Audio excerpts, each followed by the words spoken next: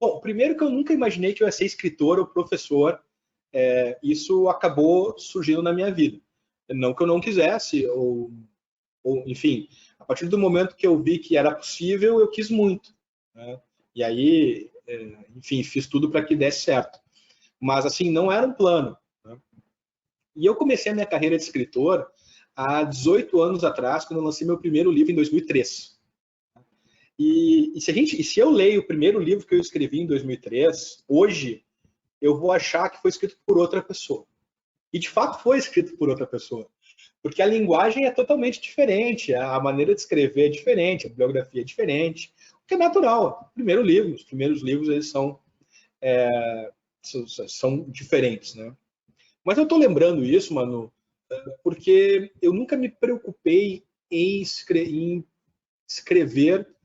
em aprender como escrever. O que eu fazia? Eu escrevia de maneira mais ou menos intuitiva. Escrever é um ato antinatural, falar é um ato natural. Escrever é um ato antinatural, a gente tem que aprender, é uma habilidade. E se é uma habilidade, a gente pode melhorá-la, né? E eu basicamente comecei a escrever imitando os meus mestres. Eu adorava, por exemplo, ler o Pontes de Miranda no início da minha carreira. Então, meus livros pareciam os livros do Pontes de Miranda no estilo da linguagem, assim, rebuscado. Eu me lembro que quando eu conheci um dos meus amigos hoje, o Fred Dier, ele disse assim, pô, eu pensei que tu era bem mais velho, porque pelos teus livros tu parece um velho escrevendo. Eu digo, pois é. Na época eu acho que eu achei até que era um elogio. Talvez até fosse para ele um elogio. Mas fato é que eu tinha esse estilo mais rebuscado. Tá? Ao longo do tempo eu fui lendo também outros autores que eram mais claros, né? que tinham uma outra linguagem. Por exemplo, o Marinoni é um autor mais enfático, que me influenciou bastante. Humberto Ávila é um autor muito claro, que eu gosto muito e me influenciou na maneira de escrever. Até que ano passado, e ver como é que são as coisas, né? A gente pode chamar isso de várias maneiras, mas até que ano passado, antes da pandemia, era fevereiro, tá? Era fevereiro, eu estava na praia e eu resolvi ler 2 livros sobre como escrever. Eu me li 2 livros sobre como escrever. Um clássico da década de 70, né, de um professor de Yale, chamado Zinsser, Como Escrever Bem, e um outro de um professor de Harvard, chamado Steven Pinker. O professor de Yale, o Zinsser, era um professor de literatura. Então, estava dentro, por assim dizer, do seu métier, vamos colocar dessa maneira. E já o Pinker é um best-seller internacional, escreveu vários livros importantes, O Novo Iluminismo, Os Anjos Bons da Nossa Existência, Como o Nosso Cérebro Funciona, porque ele é um neuropsicólogo, é um neurolinguista. Né? E ele escreveu um livro chamado Guia de Escrita, mas que não é um livro sobre regras de como escrever bem, regras de estilo, vamos colocar dessa maneira. É um livro que trata de analisar a maneira pela qual o nosso cérebro reage às coisas. Esse é o ponto central. Como o nosso cérebro reage às coisas. E ele, através de exemplos e mostrando como é que essas coisas funcionam na prática, pegando livros, reescrevendo páginas, mostrando autores que dominam essa técnica, autores que não dominam essa técnica, procurou mostrar de que modo o nosso cérebro reage melhor a metáforas, a imagens, como é que o nosso cérebro reage melhor quando a gente mostra uma coisa. Então, e aí, então, eu comecei a perceber que não havia nada parecido com isso no direito. Absolutamente nada.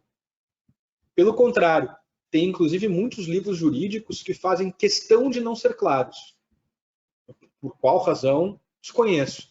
Mas a gente lê o livro e de duas uma, né? A gente acha que o autor é um gênio e que o leitor é um burro, que não conseguiu entender nada. E depois que a gente fica um pouco mais velho, a gente começa a perceber que, na verdade, o problema está com o autor, porque se ele não consegue transmitir o que ele quer com clareza, não é um problema do leitor. Mas isso a gente demora um pouco para perceber. E o que, né? Zinsser, William Zinsser, Como Escrever Bem. Acho que deu para todo mundo pegar. Trabalho, todo anotado atrás. Típico de quem estuda muito o livro. E Ó, o tá outro aparecendo na tá nossa ali, ó, tela Como também. Escrever Bem. Uhum, E é um baita livro. Pô, é um livro, uhum. né, não tá muito, mas é um livro que vale a pena ler. Tá? E E o esse outro livro outro? aqui, Uhum. Steven Pinker, Steven Pinker. Guia de Escrita. Uhum. Ótimo, doutor. Muito obrigada. Também está aqui, todo anotado e tal. Uhum, Porque são livros que realmente me ajudaram muito. Eu acho que vale a pena ler. Vale a pena ter uhum. presente esses livros. Para quem Sim. e ver, são livros que vão ajudar a escrever monografias, TCC, salão de iniciação científica. Claro, eu estou escrevendo esse livro que eu escrevi, o Processo Civil Cotidiano e tal, é um livro que não foi escrito para ser, por assim dizer, examinado por uma banca. É um livro mais formal, tipo uma dissertação de mestrado, uma tese de doutorado, que talvez tem que escrever de uma maneira mais formal, porque é enfim, um trabalho mais formal. Agora, se eu tivesse que escrever, como eu li, de fato escrevi aqui, um livro mais para o público, porque eu quero me comunicar sobre o processo, enfim, é um livro que ajuda muito. Ó, tá aí, ó, até o preço está Uhum. bem bom. Guia de escrita. Uhum. Vale a pena muito. Obrigado por colocarem aí. O Manu tem outra pergunta, Manu? Eu sim. Doutor, pode comentar um pouco sobre como que essa ideia se relaciona muito com a experiência do doutor em sala de aula, né, ensinando a graduação? Se o senhor teve essa necessidade de fato, simplificar o processo civil, pensando também na relação de aprendizado, né, que se estabelece entre alguém que está na graduação, ou mesmo alguém que já passou da graduação. O senhor pode fazer um paralelo sobre essa atuação de professor e essa tentativa de simplificar melhor o processo civil? Claro, Manu, porque no fundo tem bem isso, né? Eu apenas diria o seguinte: esse ano eu faço 10 anos, foi também um fato inconsciente, né? Esse ano eu faço 10 anos como professor da URGS, né? Como professor lá concursado da URGS, professor associado na Faculdade de Direito aqui de Porto Alegre, Universidade Federal do Rio Grande do Sul. Antes eu dei 2 anos de aula na PUC, e eu dou aula em todos os níveis, na graduação, no mestrado e no doutorado. Então, eu lido com diferentes públicos que têm interesse em processo. E eu diria que nesses 12 anos dando aula como um acadêmico, enfim, como alguém que escreve como processo, a principal coisa que eu percebi é que a gente precisa ser simples. E ser simples não significa simplificar as coisas, significa, na verdade, ser simples.